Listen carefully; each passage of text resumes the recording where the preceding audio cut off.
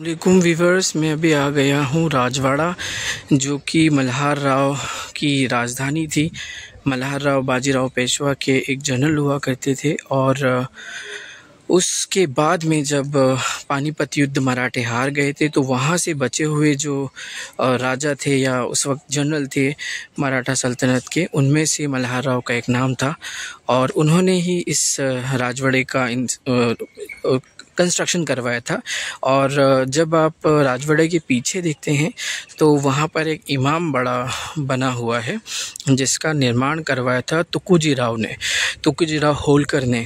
अब एक चीज़ ये दोस्तों कि मैं जैसे कि थंबनेल में दिया था कि तुकोजी राव होलकर जो थे वो इमाम हुसैन के काफ़ी बहुत बड़े चाहने वाले थे और उनको पसलियों में कोई बीमारी हो गई थी। तो किसी उनके एडवाइज़र ने उनको बताया कि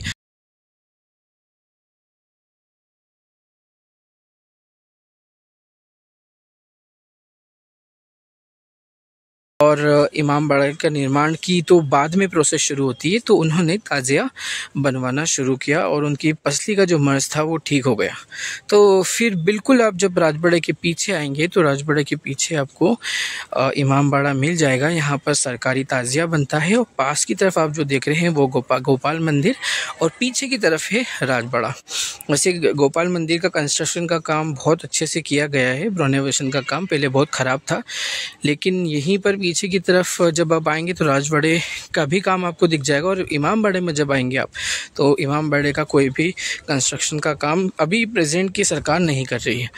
जब मर्ज़ उनका ठीक हो गया था तुकोजी राव का, तो फिर ये कंस्ट्रक्शन करवाया। मेरा एक वीडियो आपने नागपुर के जो रहे हैं मराठा राजा महाराज का, मैंने एक वीडियो बनाया था नागपुर महाराज का। तो वो बाबा ताजुद्दीन रहमतुल्लाह अलैह के बहुत बड़े दीवाने थे और उन्होंने उनके महल में ही उनके रुकने का इंतज़ाम किया था। तो उसमें ये है कि उसके बाद जब आपका विसाल हुआ तो उसने फिर आपके जो रोज़ा है उसका निर्माण करवाया। फिर आगे जाके फिर अभी बहुत खूबसूरत निर्माण किया गया है वहीं के मराठी जो सांसद हैं नितिन गडकरी ने।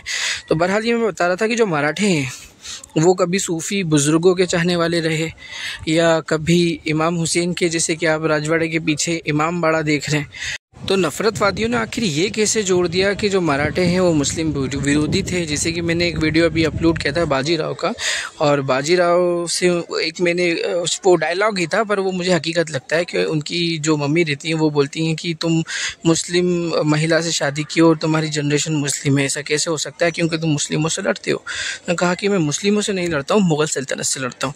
तो वो बाजीराव ने ये साबित किया कि कोई ये जो गैर मुस्लिम और मुस्लिमों की कोई लड़ाई नहीं, हुकूमत की लड़ाई है। तो उसी तरह से जो ये मराठा सल्तनत के तुकोजी राव हैं महाराज इंदौर, उन्होंने ये बिल्कुल मंदिर के पास में उसका निर्माण कराया। लेकिन एक चीज़ ये है दोस्तों कि इससे पहले यहाँ पर इमाम बाड़ा नहीं था, सरकारी ताज़िया बनाया जाता था जो बिल्कुल राजवाड़े के सामने रखते थे और उसके बाद में फिर सरकारी ताज़िए के लिए इमाम बाड़े का निर्माण करवाया गया।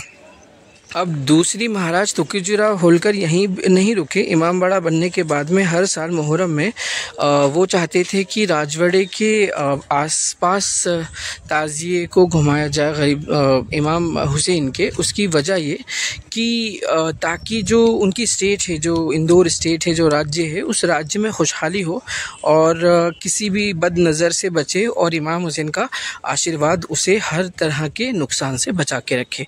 तो ये उनका विश्वास था। लेकिन देखिए मैं आपको जो दिखा रहा हूँ यहाँ पर गोपाल मंदिर का बहुत अच्छा काम है, अपने राजवाड़े का भी काम है, लेकिन इमाम बाड़े का काम बिल्कुल भी नहीं किया गया था। इंदौर स्टेट की शुरुआत करने वाले ही मल्हार राव होलकर थे जो बाजीराव पेशवा के जनरल थे। और बाजीराव पेशवा ने एक तरह का, जैसे मुग़ल सल्तनत में सूबे हुआ करते थे, ऐसे बाजीराव पेशवा ने कुछ स्टेट्स बना दी थी, जिसमें धार स्टेट आती थी, इंदौर स्टेट आती थी, बड़ौदा स्टेट आती थी, नागपुर स्टेट आती थी और वो पुणे के अंडर में चलेंगे। लेकिन बाजीराव पेशवा के बाद में फिर जब अंग्रेज़ों ने इनको, जब पानीपत हारे और फिर भागे, फिर अपनी अपनी स्टेट्स इन लोगों ने बना ली। और एक वक्त तो ये भी हुआ था, जो रणोजी शिंदे थे ग्वालियर स्टेट के जो मराठा सल्तनत का हिस्सा थी, और बाजीराव पेशवा के बाद, पानीपत के बाद में फिर वो उन्होंने भी अपना राज्य स्थापित कर दिया था। लेकिन उस वक्त में क्या था, उस वक्त में ये था कि जो पेशवा थे नागपुर में वो नाम के ही पेशवा थे, और इस वजह से ये रहा था कि जो जिसके इन्फ्लुएंस में पेशवा आ रहे हैं वो उसके हिसाब से अपने पेशवा बिठा रहे हैं। तो रानू जी जो ग्वालियर के थे उनकी साठगांठ हो गई थी पेशवा से, पुणे से। तो उसके बाद मल्हार राव होलकर ने डायरेक्ट पुणे पर ही हमला कर दिया, और पुणे पर हमला करने के बाद में ये इंदौर स्टेट के महाराज जो थे उन्होंने पुणे पर हमला किया, और उसके बाद जो पेशवा की सेना थी और जो रणोजी राव शिंदे की सेना थी जो ग्वालियर महाराज थे, दोनों को हरा दिया। फिर उन्होंने अपने जो चॉइस के पेशवा को उस पर बिठाया। तो हकीकत में बाजीराव पेशवा के बाद में तो पूरी तरह से मराठे ख़त्म हो चुके थे, और लेकिन उसमें सबसे ज़्यादा जो सेंट्रल इंडिया के अंदर बहुत ज़्यादा अंग्रेज़ों को तकलीफ़ दे रहे थे वो थे मल्हार राव होलकर, क्योंकि बहुत पावरफुल थे। सबसे आखिरी में उन्होंने हथियार डाले अंग्रेज़ों के सामने, और फिर उन्होंने जो इंदौर स्टेट है उसको जो ब्रिटिश स्टेट है ईस्ट इंडिया कंपनी के साथ में टाइप करके बना लिया, और उनकी आने वाली जनरेशन ने इसी तरह से ज़िंदगी बिताई ब्रिटिशर्स के लिए टैक्स कलेक्टर के रूप में। और ये महल वगैरह पहले इतने सारे इतने सुंदर नहीं थे। जब कभी आप राजवाड़ा आएंगे तो इट्स वेरी ब्यूटीफुल और बहुत ही खूबसूरत। दूसरी एक चीज़ ये है कि पहले तो एंट्री नहीं था, पूरा राजवाड़ा ख़राब हो चुका था, लेकिन अभी फ़िलहाल आप देख सकते हैं कि राजवाड़ा उसी जो शान शौकत के स्टाइल में जो इंदौर गवर्नमेंट है उन्होंने यहाँ करवाया है, और इसके साथ ही साथ जो एमपी गवर्नमेंट इसके अलावा जो एएसआई ने भी बहुत अच्छा काम किया है। अब लेकिन इसमें एक चीज़ ये भी है कि बहुत काबिल तारीफ़ काम किया है एएसआई और सभी ने, गवर्नमेंट ने मिलकर। लेकिन इसी तरह से जो अहमदनगर का मकबरा सुंदर सा बना है उस पर भी थोड़ा ध्यान दिया जाना चाहिए, जिन्होंने अहमदनगर की सल्तनत की शुरुआत की थी। और दूसरी एक चीज़, अहमदनगर सल्तनत से ही मराठे जो हैं उनको ट्रेनिंग मिली थी।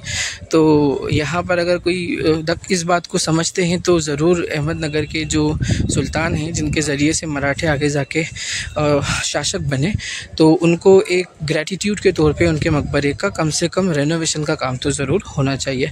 ऐसे ही जो अहमदाबाद के संस्थापक हैं अहमद शाह, उनके मकबरे का भी कभी कंस्ट्रक्शन हो, जिस तरह से ये सुंदर काम यहाँ किया गया है तो वो भी बेहतर है।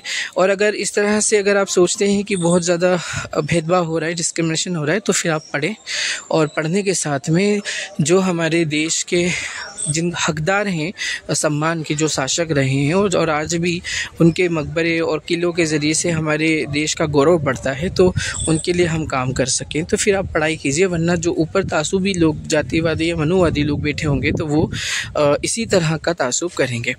बहरहाल यहाँ से बैक साइड की तरफ अब जब जाएंगे तो एक और महल बना है, लेकिन इसका टिकट नहीं लगता है।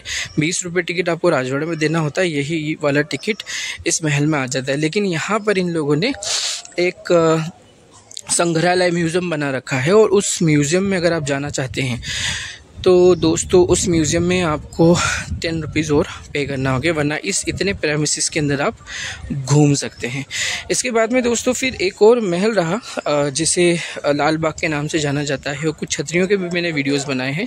तो यहाँ से जब मैं निकलूँगा इस महल से, वैसे यहाँ आने के लिए आपको राजवाड़े से बाहर निकल कर घूम कर आना होता है, तो ये बात ज़रूर ध्यान रखिए। और कोई बताता भी नहीं है कि पीछे भी एक महल है, तो कभी आप घूमने आएँ तो आपको उसी टिकट पर इधर भी घूम सकते हैं। वैसे ये राजवाड़ा बिल्डिंग का ही हिस्सा है।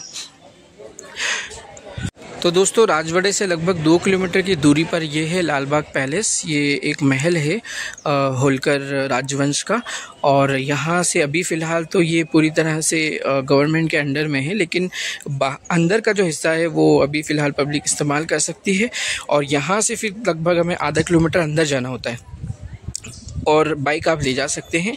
और आसपास जो है यहाँ पर इंदौरियंस वॉक करते हैं, जॉगिंग वगैरह जो भी एक्सरसाइज होती है। और ये जो सामने की तरफ है ये आप देख रहे हैं लाल बाग पैलेस, और इसके अंदर आपको टिकट लेना होता है। लेकिन एक चीज़ ये है कि अगर आप 5 बजे के बाद गए तो यहाँ पर आपको टिकट नहीं मिल पाएगा।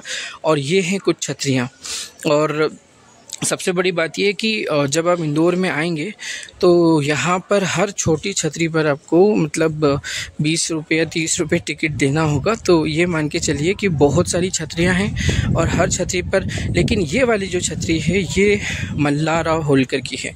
और जैसे कि ऊपर पिक्चर में आप देख सकते हैं कि उनका जो चेहरा है, ये जो उनकी जो बहू है अहिल्याबाई उनका है, और ये बिल्कुल चेहरे पे जो मूंछें लगी हैं, अगर आप बाजीराव मस्तानी देखेंगे तो वो एक डायलॉग रहता है कि ये मल्हार, तो इस तरह से मल्हारराव तुम्हारे लिए क्या कुछ नहीं करता, इस तरह का उन्होंने डायलॉग कहा था। तो ये भरोसेमंद जनरल थे बाजीराव पेशवा के, और ये है उनकी समाधि, यहीं पर आकर उनको जलाया गया था।